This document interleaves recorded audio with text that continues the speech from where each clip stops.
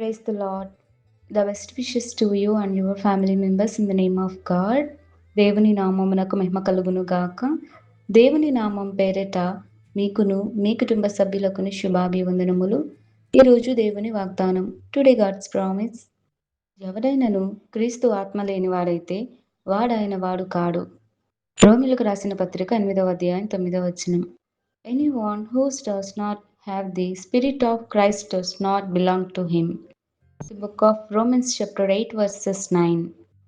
క్రీస్తునందున్న ప్రియమైన సహోదరి సహోదరులారా, ఈ ఉదయకాలంలో దేవుడు తన పరిశుద్ధమైన వాక్కు ద్వారా తెలియచేస్తున్న మాట. ఎవడైనను క్రీస్తు ఆత్మ లేనివాడైతే వాడైన వాడు కాడని దేవుడు నిశ్చయముగానే తెలియచేస్తున్నాడు. దేవుని వాక్యం మనతో ప్రతిరోజు స్పష్టంగానే తెలియచేస్తుంది. మనము జ్ఞానము కలిగి నడుచుకోవాలి.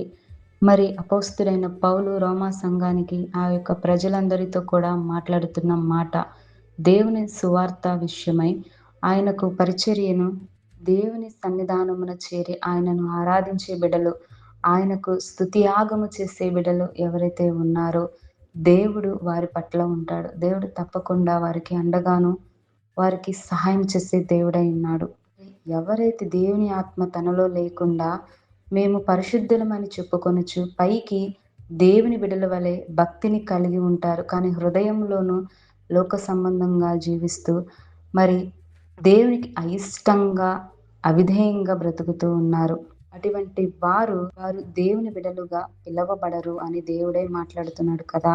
ఒక్కసారి ఆలోచన చేయండి. తప్పకుండా దేవుడు మన జీవితాలలో మేలు చేస్తాడు.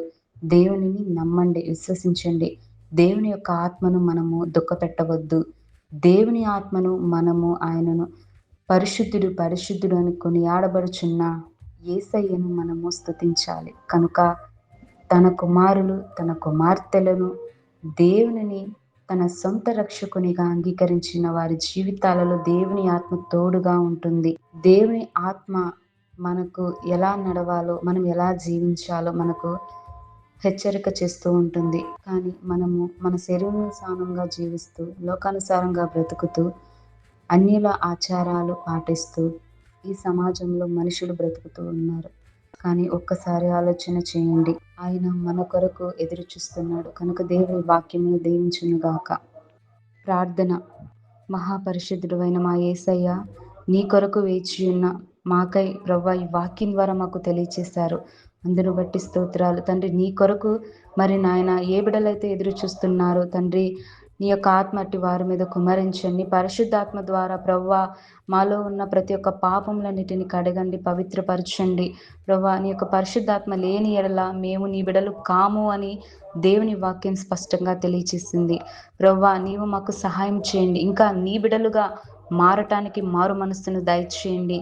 ప్రభువా నిన్ను సొంత రక్షకునిగా అంగీకరించుకునే కృప దయచేయండి తండ్రి. నీ యందు భయభక్తులు కలిగి ఉండి నీ యొక్క ఆత్మానుసారమైన జీవితాన్ని మేమంతా కలిగి ఉండే అట్టి కృపా కాపుదల మాకు నీ వాక్యం వింటున్న వారికి దయచేయమని యేసు నామమున నడుచున్నాను తండ్రి. ఆమేన్.